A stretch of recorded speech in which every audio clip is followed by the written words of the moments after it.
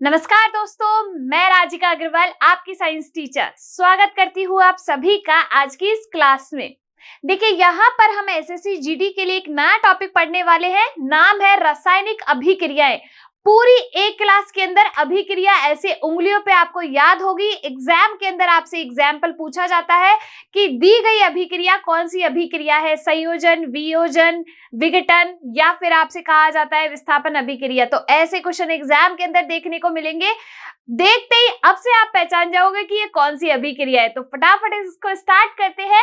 बात करते हैं सबसे पहले रासायनिक अभिक्रियाएं होती क्या है।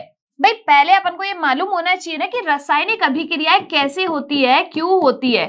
तो जब अपन देखते हैं अपने आसपास परिवर्तनों को, जब हमारे आसपास कोई भी चेंजेस हो रहे होते हैं तो वो दो प्रकार के होते हैं। एक तो होते हैं आपके भौतिक परिवर्तन और दूसरे आपके होते हैं रासायनिक परिवर्तन। ठीक है, पहले कौन से है आपके भौतिक परिवर्तन और दूसरे है आपके रासायनिक परिवर्तन। भौतिक परिवर्तन जो है ना वो आपके उत्क्रमणीय होते हैं। मतलब कि आप किसी भी पेपर को लिया, आपने उसको फाड़ दिया, ठीक है। अगर किसी भी पदार्थ की अवस्था में, उसकी आकृति में परिवर्तन हो तो उसको अपन कहते हैं भौतिक परिवर्तन। बेसिकली आपको ये याद रखना है कि भौतिक परिवर्तन में नया उत्पाद नहीं बनता। पेपर को फाड़ने पे नया उत्पाद बन रहा है क्या? नहीं। आपने कोई पेंसिल ली, उसको छील दिया, नया उत्पाद बन रहा है? नहीं बन रहा। तो जब आपके नए उत्पाद नहीं बनता है वो आपका होता है भौतिक परिवर्तन। जब अपन बात करते हैं ना रासायनिक परिवर्तन की, तो इसमें क्या होता है, आपका कोई नया उत्पाद बनता है, यानी कि न्यू प्रोडक्ट फॉर्म होता है। ठीक है, जैसे कि मान लो कि तुमने क्या किया कि सब्जियां ले ली, ठीक है, सब्जियों को काटा, फटाफट चॉपिंग की और बढ़िया छौंक वौक लगा के आराम से सब्जी बना ली। तो ये जो हुआ वो आपका क्या है, रासायनिक परिवर्तन। क्योंकि पकी हुई सब्जियों से वापस कच्ची सब्जियां नहीं ला सकते। तो ये जो आपके रासायनिक परिवर्तन होते हैं वो अनुत्क्रमणीय होते हैं, केवल एक दिशा में चलते हैं। तो जब यहाँ पर रासायनिक परिवर्तन होते हैं तो इन रासायनिक परिवर्तनों में आपके क्या होती है, कोई ना कोई रासायनिक अभिक्रिया भाग लेती है। ठीक है, भाग लेती है का मतलब ये नहीं है निकल गई भाग गई कहीं। भाग लेती है मतलब कोई ना कोई रासायनिक अभिक्रिया इसमें पार्टिसिपेट करती है, रासायनिक अभिक्रिया संपन्न होती है। उसी की वजह से आपके क्या होते हैं, रासायनिक परिवर्तन यानी कि केमिकल चेंजेस होते हैं। जैसे आपके फल है, फल पक जाते हैं, उनके अंदर भी कोई रासायनिक अभिक्रिया हुई इसलिए वो पक गए। ठीक है, अपने अंदर की जो जैविक प्रक्रियाएं है, श्वसन हो गया, भोजन का पाचन हो गया, ये भी क्या है, आपकी सारी रासायनिक परिवर्तन होते हैं। क्लियर हुई बात। अब इन रासायनिक परिवर्तनों में किसने भाग लिया है, रासायनिक अभिक्रियाओं ने भाग लिया है। तो अपनी इस क्लास के अंदर इन्हीं रासायनिक अभिक्रियाओं के बारे में हम डिस्कस करने वाले हैं। देखिए कौन कौन सी रासायनिक अभिक्रिया हम यहाँ पर पढ़ने वाले हैं। पहला है संयोजन अभिक्रिया, दूसरा है आपका विघटन या फिर वियोजन अभिक्रिया या अपन इसको अपघटन अभिक्रिया कहते हैं। तीसरा है अपना विस्थापन अभिक्रिया, चौथा है द्विविस्थापन अभिक्रिया, ऊष्माक्षेपी व ऊष्माशोषी अभिक्रिया और आपके ऑक्सीकरण अपचयन अभिक्रिया। इन सभी अभिक्रियाओं के बारे में एक एक करके हम बड़ी तसल्ली से आराम से पढ़ेंगे। देखो भाई, तुम्हें नाम से पता चलना चाहिए नाम में क्या रखा है ना। हर किसी के नाम का एक मतलब होता है, तो यहाँ पर भी इन रिएक्शंस के नाम के कोई ना कोई मतलब है। ये कह रहा है संयोजन अभिक्रिया, तो यहाँ पर क्या होगा, जो भी चीज आपके एक केमिकल रिएक्शन को अपन कैसे लिखते हैं, या तो ऐसे लिखा जाता है, ठीक है, मान लीजिए ये केमिकल रिएक्शन लिखी, या फिर मान लीजिए ये मैंने केमिकल रिएक्शन लिखी, तो जो तीर के इस साइड लिखा जाता है, तीर के जो बाईं ओर लिखा जाता है वो आपके होते हैं अभिकारक। वो क्या होते हैं, अभिकारक।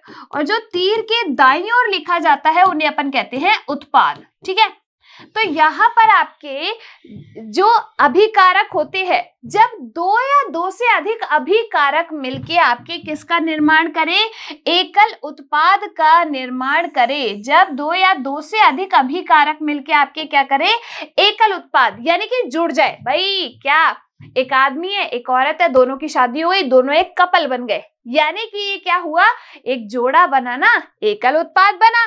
दोनों जुड़ गए, इसी को ही अपन ने क्या कहा, संयोजन अभिक्रिया कह दिया। क्या कहा, संयोजन अभिक्रिया। तो ये क्या होती है, जब दो या दो से अधिक अभिकारक मिलके एकल उत्पाद का निर्माण करे, उसे अपन कहते हैं संयोजन अभिक्रिया। ठीक है, अब आपसे एग्जाम में पूछा कैसे जाता है, या तो आपसे पूछ लिया जाता है इनमें से संयोजन अभिक्रिया है, 4 एग्जाम्पल आपको दे दिए जाएंगे, या फिर आपको एक रिएक्शन लिख दी जाएगी और आपसे पूछ लिया जाता है कि निम्न में से ये कौन सी अभिक्रिया है, संयोजन है, विघटन है, विस्थापन है, या फिर आपके ऊष्माक्षेपी, ऊष्माशोषी, कुछ भी ऐसे लिख सकते हैं। तो आपको उस एग्जाम्पल को देख के समझना होगा कि ये कौन सी अभिक्रिया है। बात करते हैं संयोजन अभिक्रिया की, दो या दो से अधिक अभिकारक मिलकर आपके एकल उत्पाद बनाते हो, उसे अपन कहते हैं संयोजन अभिक्रिया। जैसे मान लो कार्बन है, ऑक्सीजन के साथ मिलके आपके क्या बना लिया, कार्बन डाइऑक्साइड। भाई दो अभिकारक है ना, कार्बन और ऑक्सीजन, एकल उत्पाद बना रहा है कार्बन डाइऑक्साइड, तो संयोजन अभिक्रिया हो गया। ऐसे ही मान लीजिए हाइड्रोजन है और ऑक्सीजन है, इन्होंने मिलके आपके क्या बना लिया, वाटर मॉलिक्यूल बना लिया, तो यहाँ पर ये भी क्या हो गया आपका, संयोजन अभिक्रिया हुई कि नहीं हुई। तो जब यहाँ पर केवल एकल उत्पाद लिखा हुआ हो तो वो आपकी होती है संयोजन अभिक्रिया। देखिए इधर, जैसे कि अमोनिया और हाइड्रोक्लोरिक एसिड ने मिलके आपके NH4Cl बना लिया, तो एक अभिकारक कीरा, एक अभिकारक कीरा, इन्होंने मिलके क्या कर लिया, एकल उत्पाद बना लिया, ये हुई आपकी संयोजन अभिक्रिया का उदाहरण। दूसरा देखो, आपके NO नाइट्रोजन मोनोऑक्साइड जो है आपके ऑक्सीजन के साथ रिएक्शन करके नाइट्रोजन डाइऑक्साइड बन गया, ये भी आपके एकल उत्पाद का निर्माण हुआ, तो ये भी आपकी क्या हुई, संयोजन अभिक्रिया हुई। आगे देखिए, अब दूसरा एग्जाम्पल यहाँ पर आपको दिया गया है किसका, मार्बल बनाने का। मार्बल बनाए, चलो देखो भाई, आपके पास क्या है, कैल्शियम हाइड्रोक्साइड। क्या है, कैल्शियम हाइड्रोक्साइड। तो देखो कैल्शियम हाइड्रोक्साइड का फॉर्मूला होता है CaOH का होल 2, ये क्या है अपना कैल्शियम हाइड्रोक्साइड। अब क्या होता है, ये कार्बन डाइऑक्साइड के साथ रिएक्शन करके आपके क्या बनाता है, कैल्शियम कार्बोनेट बनाता है, यानी कि CaCO3, जिसे अपन कहते हैं मार्बल। ठीक है, तो यहाँ पर इसने कैल्शियम कार्बोनेट बना लिया, किसने, कैल्शियम हाइड्रोक्साइड और कार्बन डाइऑक्साइड की रिएक्शन हुई, तो ये दोनों ने मिलके आपके एकल उत्पाद बनाया, इसीलिए ये आपकी क्या हो गई, संयोजन अभिक्रिया हो गई। नाम से पता चल रहा है ना, बस इसी नाम से आपको देखना है कि ये कौन सी अभिक्रिया है, इसमें क्या हो रहा होगा। क्लियर। आगे देखिए, दूसरी है अपनी यहाँ पर वियोजन अभिक्रिया। वियोजन अभिक्रिया का मतलब क्या है, वियोजन या अपघटन। वियोजन का मतलब होता है टूटना, वियोजन का मतलब क्या है, टूटना। तो आपके जब एकल अभिकारक, बेचारा एक जोड़ा है, अब रिश्तेदारों ने क्या किया, आग लगा दी, बिल्कुल आग, यानी कि ये प्रकाश की उपस्थिति में, ऊष्मा की उपस्थिति में, वैद्युत की उपस्थिति में जब एकल अभिकारक दो या दो से अधिक उत्पादों में विभक्त हो जाए या टूट जाए, उसको अपन बोलते हैं वियोजन अभिक्रिया। रिश्तेदारों का क्या काम होता है, आग लगाने का ही काम होता है ना, बेचारा कपल हंसी खुशी रह रहा है, लेकिन इन्होंने आके लगा दी तिलंगी, तो बेचारे दोनों अलग हो गए, उन दोनों का हो गया तलाक। तो यहाँ पर विघटन का मतलब होता है कि उनकी शादी टूट गई। तो जब आपके ये जो एकल अभिकारक है, ये या तो ताप ऊष्मा या प्रकाश या फिर वैद्युत अपघटन विधि के द्वारा ये दो या दो से अधिक उत्पादों में विभक्त हो जाते हैं, टूट जाते हैं, उसको अपन कहते हैं वियोजन अभिक्रिया। क्या कहा जाता है, वियोजन अभिक्रिया कहा जाता है। ये जो वियोजन अभिक्रिया है, इसमें 3 तरीके का अपघटन अपन पढ़ने वाले हैं। एक है आपके तापीय, या फिर अपन इसको बोलते हैं ऊष्मीय वियोजन।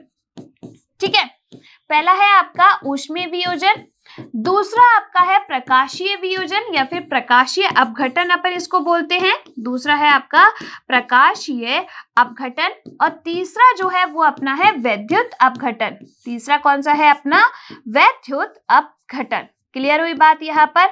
ये 3 प्रकार की अभिक्रिया है किसके, वियोजन के अंतर्गत। ठीक है, अपघटन अभिक्रिया।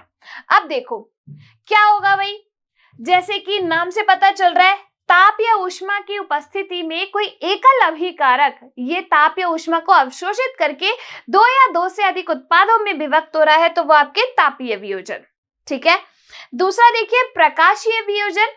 तो प्रकाश की उपस्थिति में यानी कि सूर्य का प्रकाश आ रहा है, उसको अवशोषित करके दो या दो से अधिक उत्पादों में विभक्त हो रहा है तो वो आपके प्रकाशीय वियोजन। अगर किसी विलयन के अंदर अपन विद्युत धारा प्रवाहित कर दे तो उसकी वजह से जो एकल अभिकारक है वो अपना उत्पादों में टूट जाए, उसको अपन कहते हैं वैद्युत अपघटन। अब इसके कुछ एग्जाम्पल यहाँ पर अपन देखते हैं। देखिए, बात करते हैं वियोजन अभिक्रिया की, तो जिसमें अपन तीन प्रकार पढ़ने वाले हैं, तापीय या ऊष्मीय वियोजन, दूसरा है आपका प्रकाशीय वियोजन, तीसरा है आपका वैद्युत वियोजन या वैद्युत अपघटन। देखिए, सबसे पहले बात करते हैं अपन ऊष्मीय वियोजन की। किसकी बात करते हैं? ऊष्मीय वियोजन की बात करते हैं। देखो, हमारे पास क्या है? मार्बल है। क्या है? मार्बल, यानी कि कैल्शियम कार्बोनेट है जिसको अपन कहते हैं मार्बल। इसको जब ऊष्मा दी गई, इसको जब ऊष्मा दी जाए तो ये किस में टूट जाएगा? कैल्शियम ऑक्साइड में और कार्बन डाइऑक्साइड में। ये कैल्शियम ऑक्साइड को अपन क्या कहते हैं? बिना भुजा चूना कहा जाता है। क्या कहा जाता है? बिना भुजा चूना कहा जाता है आपके कैल्शियम ऑक्साइड को, और कैल्शियम हाइड्रोक्साइड को कहा जाता है भुजा हुआ चूना। क्लियर?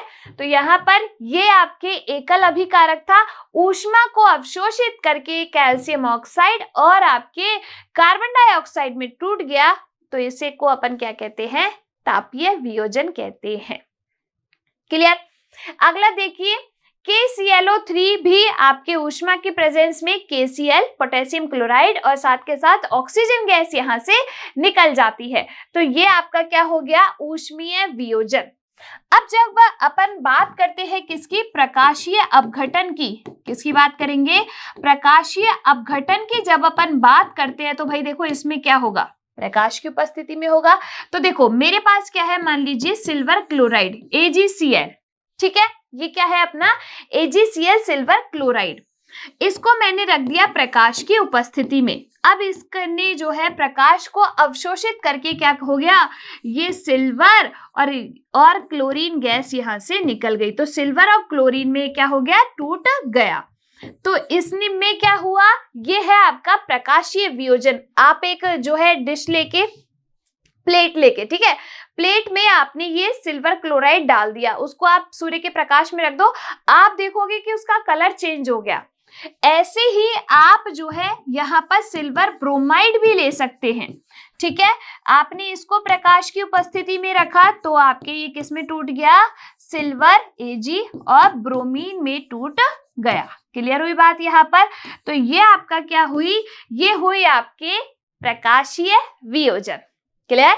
चलिए देखिए, तापीय वियोजन के अंदर एक और एग्जाम्पल है फेरस सल्फेट। ऊष्मा की उपस्थिति में यानी कि जब इसको हीट दी तो फेरस ऑक्साइड और सल्फर डाइऑक्साइड और सल्फर ट्राइऑक्साइड में ये टूट गया। तो ये तो क्या है? आपकी दोनों गैसेस ये तो निकल गई और आपके क्या बना? फेरिक ऑक्साइड यहाँ पर बन गया जब फेरस सल्फेट को क्या दी गई? ऊष्मा दी गई तो। क्लियर? चलिए आगे देखिए, नेक्स्ट है अपना प्रकाशीय वियोजन। एक चाइना डिश ली, उसमें क्या कर लिया? सिल्वर क्लोराइड या सिल्वर ब्रोमाइड को रख लिया। अब उसमें सूर्य का प्रकाश आने दिया तो इसका जो कलर है वो चेंज हो जाता है। इसका जो कलर है वो चेंज हो जाता है। देखो, सूर्य के प्रकाश में श्वेत रंग का सिल्वर क्लोराइड धूसर रंग का हो जाता है। कैसा? धूसर रंग का हो गया भैया। उसका तो कलर ही चेंज हो गया, कलर ही उड़ गया बेचारे का। तो प्रकाश की उपस्थिति में सिल्वर क्लोराइड का सिल्वर और तथा क्लोरीन में वियोजन के कारण होता है। सिल्वर क्लोराइड है आपके सिल्वर में और क्लोरीन में टूट गया। ऐसे ही सिल्वर ब्रोमाइड के साथ अपन देख सकते हैं। ठीक है, तो ये जो आपकी रिएक्शन है, ये जो अभिक्रिया है, इसका उपयोग किसमें किया जाता है? श्वेत श्याम फोटोग्राफी में किया जाता है। इसको याद रखिएगा कि आपके श्वेत श्याम फोटोग्राफी के अंदर ब्लैक एंड व्हाइट जो फोटोग्राफी है उसके अंदर इसका यूज किया जाता है। क्लियर? ये हुई दूसरे प्रकार का अपघटन अभिक्रिया। तीसरा अपन देखते हैं वैद्युत अपघटन। वैद्युत अपघटन में क्या होगा? कोई भी पदार्थ है, पहले उसकी गलित अवस्था बनानी पड़ेगी। पहले उसकी गलित अवस्था बनानी पड़ेगी, नहीं तो उसमें फिर आप विद्युत धारा कैसे प्रवाहित करोगे, कैसे गैसेस उसके अलग अलग होगी या पदार्थ अलग अलग होगा। तो अपन ने क्या किया, कोई भी पदार्थ है उसकी गलित अवस्था ले ली, उसमें विद्युत धारा प्रवाहित की जाती है तो वह सरल अणुओं में टूट जाता है, इसको अपन कहते हैं विद्युत अपघटन। जैसे कि हमारे पास क्या है, जल, ठीक है, जल लिया, उसमें विद्युत धारा प्रवाहित की तो आपके हाइड्रोजन में और ऑक्सीजन में क्या हो गया, विघटित हो गया। ठीक है, इसको एक एक्सपेरिमेंट के थ्रू अपन समझ सकते हैं। ये क्या है, एक जार ले लिया, एक मग ले लिया, उसमें 2 छेद किए और उसमें 2 टेस्ट ट्यूब ऐसे लगा दी, ठीक है, रबड़ की डाट से जो है इनको बांध दिया, यानी कि वहां पर लगा दी। अब इसमें क्या डाल दिया अपन ने, जो है इसके अंदर जो भी सोल्यूशन अपन को लेना है वो सोल्यूशन अपन इसके अंदर डाल दिए। हो सकता है कि अपन NaCl का भी कर सकते हैं आराम से, ठीक है, NaCl लिया, विद्युत धारा प्रवाहित की तो आपके ये Na+ और Cl- में क्या हो जाता है, टूट जाता है। तो यहाँ पर ये भी क्या हुआ, आपके टूटा नहीं टूटा NaCl, तो इस तरीके से आपके इनको विभक्त कर दिया जाता है, तोड़ दिया जाता है, किसकी उपस्थिति में, विद्युत की उपस्थिति में। देखिए यहाँ पर NaCl सोडियम क्लोराइड आपके Na और Cl में टूट गया। क्लियर, यहाँ पर बात समझ में आई, क्लियर हुई नहीं हुई बात। तो ये है आपका क्या, विद्युत अपघटन विधि। अब बात करते हैं तीसरे प्रकार की अभिक्रिया की, जो है आपकी विस्थापन अभिक्रिया। कौन सी है, थर्ड जो रिएक्शन है वो अपनी है यहाँ पर विस्थापन अभिक्रिया, जिसे अपन कहते हैं डिस्प्लेसमेंट रिएक्शन।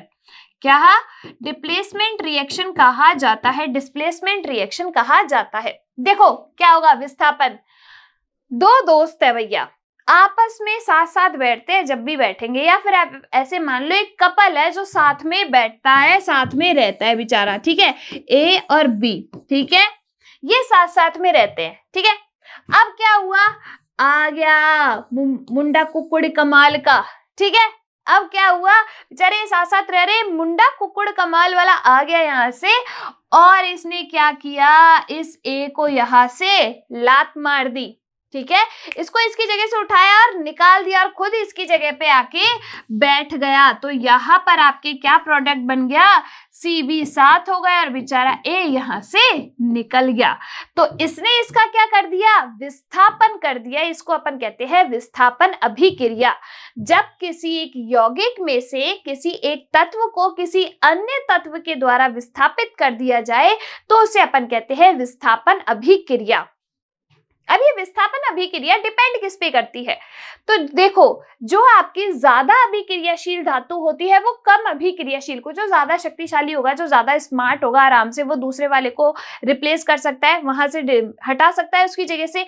बस यहाँ पर भी क्या होगा, जो ज्यादा हाईली रिएक्टिव आपकी मेटल है, ज्यादा उच्च अभिक्रियाशील धातु कम अभिक्रियाशील धातु को उसकी जगह से हटा देती है और खुद उसकी जगह पे आके बैठ जाती है।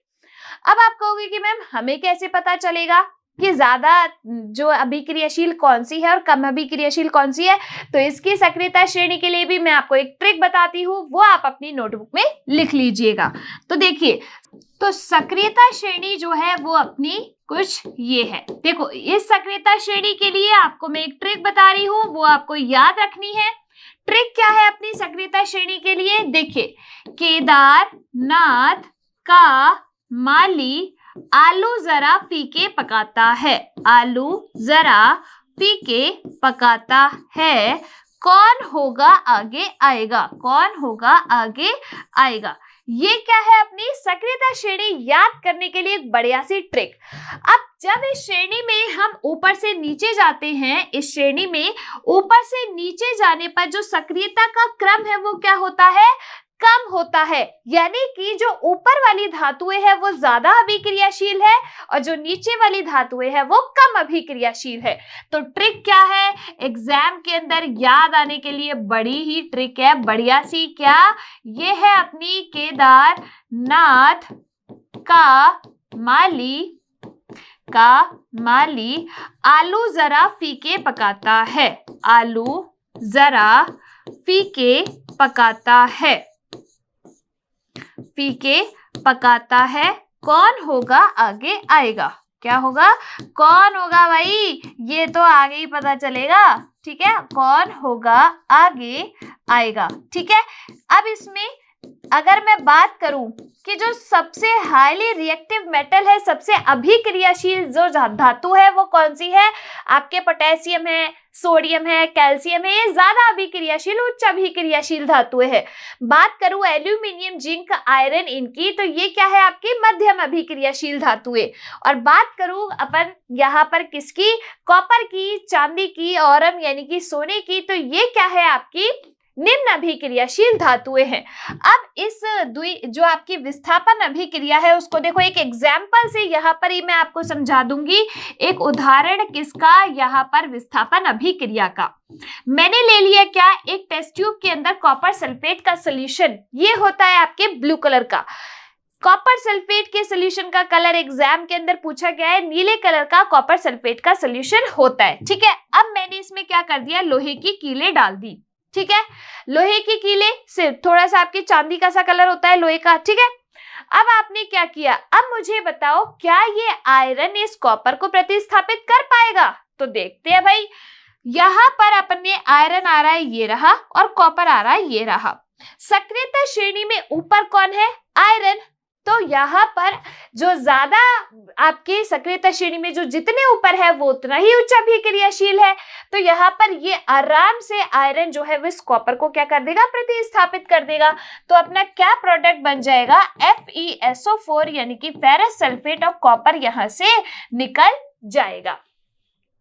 यानी कि सोल्यूशन का कलर भी चेंज हो जाएगा, लोहे की जो कील है उनपे आपके ब्राउन सा कलर चढ़ जाएगा। तो यहाँ पर क्या हुआ कि ये जो आयरन है उसने इस कॉपर को प्रतिस्थापित कर दिया, उच्च अभिक्रियाशील धातु इस विलयन के अंदर से कम अभिक्रियाशील धातु को प्रतिस्थापित कर देती है। इसे ही अपन क्या कहते हैं, विस्थापन अभिक्रिया कहा जाता है। देखिए यहाँ पर आपके यहाँ पर विस्थापन अभिक्रिया आपकी क्या है, एक यौगिक है, एक धातु डाल दी दूसरी, तो यहाँ पर इस धातु ने क्या कर दिया, इस एक को प्रतिस्थापित कर दिया, यहां से निकाल दिया। क्लियर, देखिए कॉपर सल्फेट का सोल्यूशन है ब्लू कलर का, इसमें आयरन की कीलें डालने पर ये फेरस सल्फेट बन गया और कॉपर यहां से निकल गया। ये है आपकी विस्थापन अभिक्रिया। ये क्या है आपकी विस्थापन अभिक्रिया। अगर और एग्जाम्पल यहाँ पर अपन इसके देखें तो देखो कॉपर सल्फेट के सोल्यूशन में क्या करा, यहाँ पर जिंक डाल दिया। क्या करा, ये जो कॉपर सल्फेट है इसके सोल्यूशन में डाल दिया जिंक। अब जिंक ऊपर आता है या कॉपर ऊपर आता है, याद करो केदारनाथ का माली आलू जरा से जिंक, फीके पकाता है कौन, तो यहाँ पर कॉपर नीचे आ रहा है तो जिंक ऊपर आ रहा है। तो आराम से ये जिंक क्या कर देगा, इस कॉपर को प्रतिस्थापित कर देगा, अपना जिंक सल्फेट यहाँ पर बन जाता है और कॉपर निकल जाता है। क्लियर, ये है आपके विस्थापन अभिक्रिया। आपके यहाँ पर लेड है, आपके CuCl2 इसमें डाला, तो ये जो लेड है इसने क्या कर दिया, इस कॉपर को प्रतिस्थापित कर दिया। उच्च अभिक्रियाशील धातु वो निम्न अभिक्रियाशील को क्या कर देगी, लात मार देगी। अब बात करते हैं यहाँ पर किसकी, द्विविस्थापन अभिक्रिया की। किसकी, द्विविस्थापन अभिक्रिया, जिसको अपन कहते हैं डबल डिस्प्लेसमेंट रिएक्शन। क्या कहा जाता है, डबल डिस्प्लेसमेंट रिएक्शन कहा जाता है। यानी कि इसकी टोपी उसके सर, उसकी टोपी इसके सर। क्या करना है, केवल आयन एक्सचेंज होते हैं। देखो जैसे बात करें अपन यहाँ पर द्विविस्थापन अभिक्रिया के अंदर, मान लीजिए मेरे पास क्या है, सोडियम हाइड्रोक्साइड। ये क्या है, सोडियम हाइड्रोक्साइड। मैंने इसकी रिएक्शन करा दी किसके साथ, आपके हाइड्रोक्लोरिक एसिड के साथ। अब क्या होगा, पहले आप इनको आयनों में तोड़ो, ठीक है, Na+ और OH-, इसको आयनों में तोड़ो H+ और Cl-। यानी कि द्विविस्थापन अभिक्रिया में क्या होता है, एक कपल है AB और दूसरा कपल है आपके कौन, CD। अब भाई साहब इसको तो इसकी वाली पसंद आ गई और इसको इसकी वाली पसंद आ गई, तो यहाँ पर आपके क्या हो जाएगा, ये C आ जाएगा A की जगह, A चला जाएगा C की जगह, तो यहाँ पर क्या बन जाएगा, Cb+ आपके यहाँ पर AD बन जाएगा। यानी कि आयनों का आदान प्रदान हो गया। तो देखो यहाँ पर भी क्या होगा, ये जो H है वो इस Na की जगह आ जाएगा, Na जो है वो इस H की जगह आ जाएगा। तो देखो यहाँ पर क्या बन गया, NaCl+ HOH, ठीक है। यानी कि यहाँ पर सोडियम हाइड्रोक्साइड की रिएक्शन कराई हाइड्रोक्लोरिक एसिड के साथ, तो आपका सोडियम क्लोराइड यानी कि नमक बना और पानी बना। तो आप आयनों का एक्सचेंज हुआ, इसीलिए अपन इसको क्या कहते हैं, द्विविस्थापन अभिक्रिया। इसकी टोपी उसके साथ, उसकी टोपी इसके साथ। देखिए यहाँ पर जिनमें अभिकारकों के बीच आयनों का आदान प्रदान होता है उसे अपन कहते हैं द्विविस्थापन अभिक्रिया। ए बी है, सी डी है। अब जो है सी है वो ए की जगह आ गया और ए जो है वो सी की जगह चले गया, ऐसे कर सकते हैं। यह है अपनी द्विविस्थापन अभिक्रिया। इसके एग्जाम्पल देखो, सोडियम हाइड्रोक्साइड हाइड्रोक्लोरिक एसिड के साथ रिएक्शन करके सोडियम क्लोराइड और जल का निर्माण कर लिया। यहाँ पर आपके कॉपर सल्फेट है, सोडियम हाइड्रोक्साइड के साथ रिएक्शन करने के बाद इसने ये बना लिया। और यहाँ पर आपके क्या हुआ, देखो Na जो है वो इसकी जगह आ गया, Cu जो है वो इसकी जगह आ गया, ठीक है। इसमें भी सेम चीज हुई। तो ये क्या है आपके यहाँ पर द्विविस्थापन अभिक्रिया हो गई। क्लियर। संयोजन, वियोजन, विस्थापन, द्विविस्थापन। अब बात करते हैं अपन यहाँ पर किसकी, ऑक्सीकरण तथा अपचयन अभिक्रिया की। ऑक्सीकरण और अपचयन अभिक्रिया क्या होती है, देखो भाई, ऑक्सीकरण, ऑक्सी आ रहा है इसमें यानी कि ऑक्सीजन जुड़ेगी, तो ऑक्सीकरण को अपन क्या कहते हैं, उपचयन भी कहते हैं। ऑक्सीकरण को क्या कहते हैं, उपचयन भी। इसमें क्या होगा, ऑक्सीजन जुड़ती है, O2 का जुड़ना क्या कहलाता है आपके यहाँ पर, ऑक्सीकरण कहलाता है। जैसे कि मान लीजिए मैंने क्या किया, यहाँ पर मेरे पास है मैग्नीशियम, ठीक है।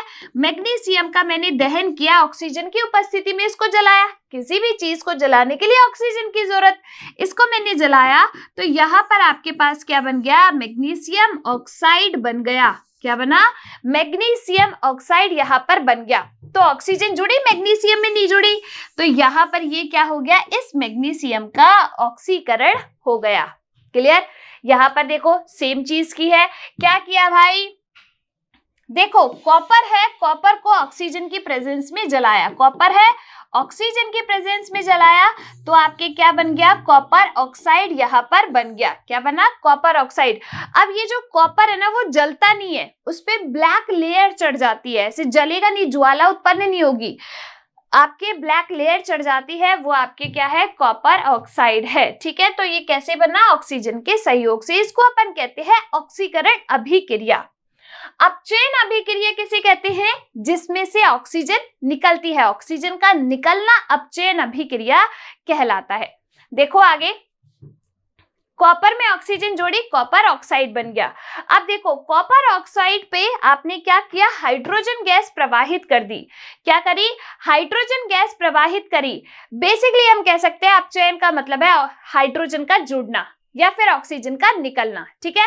अपचयन का मतलब क्या होता है, अपचयन होता है आपके हाइड्रोजन का जुड़ना और ऑक्सीजन का निकलना। क्या, ऑक्सीजन का निकलना। तो देखो यहाँ पर क्या हुआ, आपके पास कॉपर ऑक्साइड है, हाइड्रोजन प्रवाहित की, तो ये जो हाइड्रोजन है वो इस ऑक्सीजन के साथ जुड़ गई, कॉपर यहाँ से निकल गया। तो यहाँ पर आपके क्या हो गया, ये है आपकी अपचयन अभिक्रिया।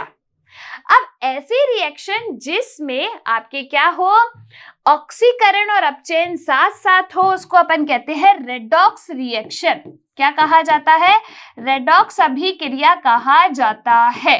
देखो भाई, रेडॉक्स अभिक्रिया का, रेडॉक्स अभिक्रिया में क्या होगा, ऑक्सीकरण और अपचयन साथ साथ, यानी कि एक पदार्थ का ऑक्सीकरण होगा, दूसरे पदार्थ का अपचयन होगा। जैसे मान लीजिए मेरे पास क्या है, जिंक ऑक्साइड है, मेरे पास क्या है, जिंक ऑक्साइड। मैंने इसमें क्या कर दिया, कार्बन डाल दिया, मैंने क्या किया, इसमें कार्बन डाल दिया।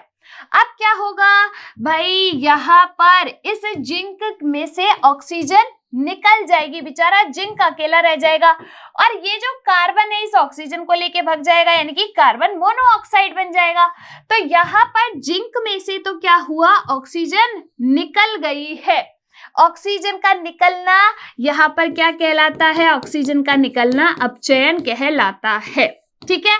तो यहाँ पर अगर मैं आपसे पूछूं किस पदार्थ का जो है अपचयन हो रहा है, किस पदार्थ का अपचयन हो रहा है, जिंक ऑक्साइड, जिंक, कार्बन और कार्बन मोनोऑक्साइड, तो क्या लिखोगे? जिंक ऑक्साइड का अपचयन हो रहा है भाई साहब, क्योंकि यही तो आपके ऑक्सीजन निकल जा रही है इसी में से। तो इसका तो हो गया अपचयन। अब देखो कार्बन जो है वो ऑक्सीजन लेके भाग गया इस जिंक की, यानी कि ऑक्सीजन जुड़ गई, तो यहाँ पर आपके क्या हो गया? ऑक्सीकरण हो गया। तो यहाँ पर अगर आपसे पूछा जाए किस पदार्थ का ऑक्सीकरण हो रहा है, zinc oxide, carbon, carbon monoxide और जिंक, आपके तो किसका ऑक्सीकरण हो रहा है? इधर कार्बन का ऑक्सीकरण हो रहा है और क्या बन गया? Carbon monoxide. एक पदार्थ का अपचयन, दूसरे पदार्थ का ऑक्सीकरण, इसीलिए अपन इसको क्या कहते हैं? रेडॉक्स रिएक्शन कहा जाता है। क्या कहा जाता है? रेडॉक्स अभिक्रिया कहा जाता है। क्लियर हुई बात यहां तक? संयोजन, वियोजन, विस्थापन, द्विविस्थापन, इसके बाद ऑक्सीकरण, अपचयन, रेडॉक्स। अब बात करते हैं आगे। देखिए एक अभिकारक उपचयी, दूसरा अभिकारक क्या? अपचयित होता है, इसे अपन क्या कहते हैं? रेडॉक्स अभिक्रिया कहते हैं। एग्जाम्पल अपन ने यहाँ पर देख सकते हैं। देखो कॉपर ऑक्साइड है, हाइड्रोजन गैस प्रवाहित करने पर कॉपर और उधर वाटर बन गया, तो यहाँ पर कॉपर ऑक्साइड का तो क्या हो गया? कॉपर ऑक्साइड का तो अपचयन हो गया, बेचारे की ऑक्सीजन निकल गई, और इस हाइड्रोजन का क्या हो गया? ऑक्सीकरण, क्योंकि इसके पास हाइड्रोजन आ गई। क्लियर? इसके और एग्जाम्पल भी अपन देख सकते हैं। जिंक ऑक्साइड, कॉपर, कार्बन डाला, जिंक बना, कार्बन मोनोऑक्साइड बना। ठीक है, ऐसे ही आपके MnO2 की रिएक्शन कराई किसके साथ? हाइड्रोक्लोरिक एसिड के साथ, तो आपके MnCl2 यानी कि मैग्नीज क्लोराइड बन गया, वाटर बन गया, क्लोरीन गैस निकल गई। ये हुई आपके रेडॉक्स रिएक्शन। अब बात करते हैं ऊष्माक्षेपी और ऊष्माशोषी अभिक्रिया की। देखो ऊष्माक्षेपी और ऊष्माशोषी अभिक्रिया में डिफरेंस क्या है? क्षेपी का मतलब है निकल जाओ बाहर, यानी कि जब आपके अभिकारक से क्या बनता है? उत्पाद बनता है, तो उत्पाद के साथ साथ आपके क्या बनेगी? यहाँ पर अगर ऊष्मा भी बनती है तो इसको अपन कहते हैं ऊष्माक्षेपी। छी, निकल गई बात, यानी कि यहाँ पर ऊष्मा निकलेगी, तो ये है अपनी क्या? ऊष्माक्षेपी अभिक्रिया। जब बात करते हैं ना अपन श्वसन की, किसकी बात करते हैं? श्वसन की, तो वो आपकी कैसी प्रक्रिया है? ऊष्माक्षेपी अभिक्रिया है। एग्जाम में पूछा गया क्वेश्चन है ये। देखो श्वसन में क्या होता है? आपके पास है ग्लूकोज C6H12O6, ठीक है, ऑक्सीजन अंदर आती है, तो ऑक्सीजन अंदर आने पर आपके ये जो ग्लूकोज है वो कन्वर्ट होता है पहले किसके अंदर? पायरुवेट के अंदर। ये प्रक्रिया आपके होती है साइटोप्लाज्म में, यानी कि कोशिका द्रव्य के अंदर। ठीक है, एरोबिक रेस्पिरेशन यानी कि आपके ऑक्सीश्वसन में ऑक्सीजन अंदर आई, तब पायरुवेट में कन्वर्ट होने के बाद अगली अभिक्रिया होगी माइटोकॉन्ड्रिया में। कहां पर? Power house of cell mitochondria के अंदर। तो यहाँ पर क्या होता है? आपके कार्बन डाइऑक्साइड बनी, जल बना और साथ के साथ ऊर्जा बनी। तो यहाँ पर इस उत्पाद के साथ ऊर्जा लिखी हुई है ना, अगर उत्पाद के साथ लिखी हुई है तो वो आपकी क्या है? ऊष्माक्षेपी अभिक्रिया है।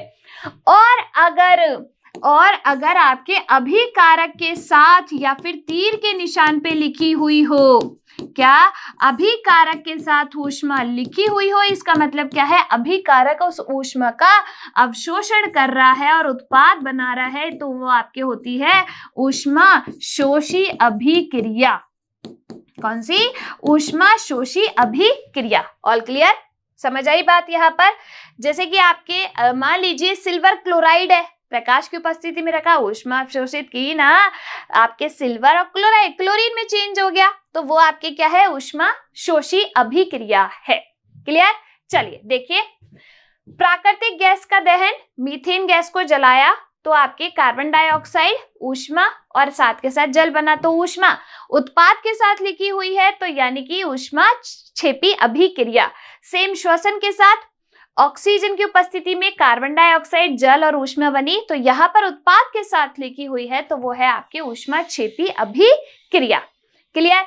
आगे देखिए, अगला है ऊष्मा शोषी अभिक्रिया। तो ये ऊष्मा का अवशोषण करेगा, उसे अपन कहते हैं ऊष्मा शोषी अभिक्रिया। सिल्वर ब्रोमाइड को प्रकाश की उपस्थिति में रखा, प्रकाश की उपस्थिति के इसने क्या किया, ऊष्मा अवशोषित की और सिल्वर में और ब्रोमीन में कन्वर्ट हो गया, टूट गया।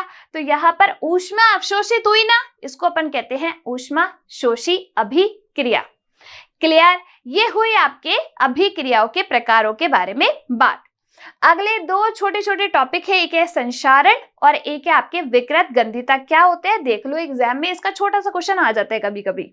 देखो, संचारण का मतलब होता है किसी भी जो धातु है उसका खराब होना। जब आप लोहे को खुली हवा में, यानी कि नमी, आर्द्रता और इस जो आपकी वायु है, जल है, उसकी उपस्थिति में रख देते हो तो लोहा वो खराब हो जाता है, जंग लग जाती है उस पे।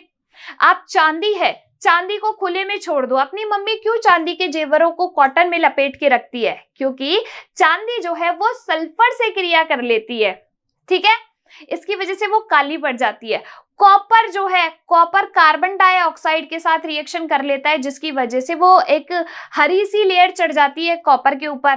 तो ये क्या है आपकी, जब धातु खराब हो जाती है उसे अपन कहते हैं संचारण। धातु आसपास अम्ल आर्द्रता के संपर्क में आती है तो ये संचारित हो जाती है, इसे अपन कहते हैं संचारण। चांदी के ऊपर काली परत किसकी वजह से चढ़ेगी? चांदी जो है वो सल्फर से रिएक्शन करके आपके सिल्वर सल्फाइड बनाती है, जिसकी वजह से वो काली पड़ जाती है। तांबा जो है वो आपके कार्बन डाइऑक्साइड से रिएक्शन करता है, जिसकी वजह से उसके ऊपर हरी परत चढ़ जाती है। लोहा जो है वो ऑक्सीजन और आर्द्रता से रिएक्शन करके आपके जो है जंग का निर्माण करता है। धातुएं खराब हो जाती है ऐसे। ये है आपके संचारण। एक है आपके विकृत गंधिता। खाना बना के थोड़ी देर गर्मियों के टाइम पे खाना बना के बाहर रख दो, स्मेल आने लगती है, उसमें खराब हो जाता है अगर फ्रीज में नहीं रखते तो उपचयित होने पर अब क्या हो गया, इसके अंदर ऑक्सीडेशन हो गया, ऑक्सीकरण हो गया। ऑक्सीजन मिलने की वजह से वो जो चीज है अपनी तेल में बनी हुई वो क्या हो गई, खराब हो गई, उसे अपन कहते हैं विकृत गंधिता।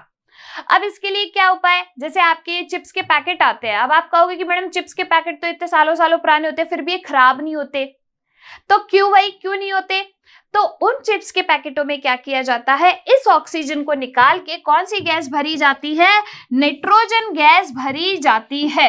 तो जो आप चिप्स का पैकेट खाते हो उसमें 7 रुपए की हवा आ रही है, वो नाइट्रोजन गैस है, और आपकी 3 रुपए की बाकी बकी चिप्स है, ठीक है। तो यहाँ पर ये कंप्लीट हुआ अपने रासायनिक अभिक्रियाओं के प्रकारों के बारे में बात। क्लियर, समझ में आ गई? रासायनिक अभिक्रियाएं रासायनिक परिवर्तन के दौरान होती है। संयोजन अभिक्रिया, वियोजन अभिक्रिया, विस्थापन अभिक्रिया, द्विविस्थापन अभिक्रिया, ऑक्सीकरण अभिक्रिया, अपचयन अभिक्रिया, रेडॉक्स अभिक्रिया। इसके बाद हमने देखा रेडॉक्स के बाद ऊष्माक्षेपी अभिक्रिया, ऊष्मा शोषी अभिक्रिया, संचारण और विकृत गंधिता। ये सारी चीजें हैं आपके रासायनिक अभिक्रिया के बारे में। जल्दी से इसको पढ़ते रहिए, एक पेपर लीजिए और एक पेपर पे सारी अभिक्रियाएं आपको ऐसे याद हो जाएगी। एक पेपर लेके बस इसको रिवाइज कर लीजिए। मिलेंगे हम अगली क्लास में, तब तक के लिए आप लोग खुश रहिए, स्वस्थ रहिए। धन्यवाद।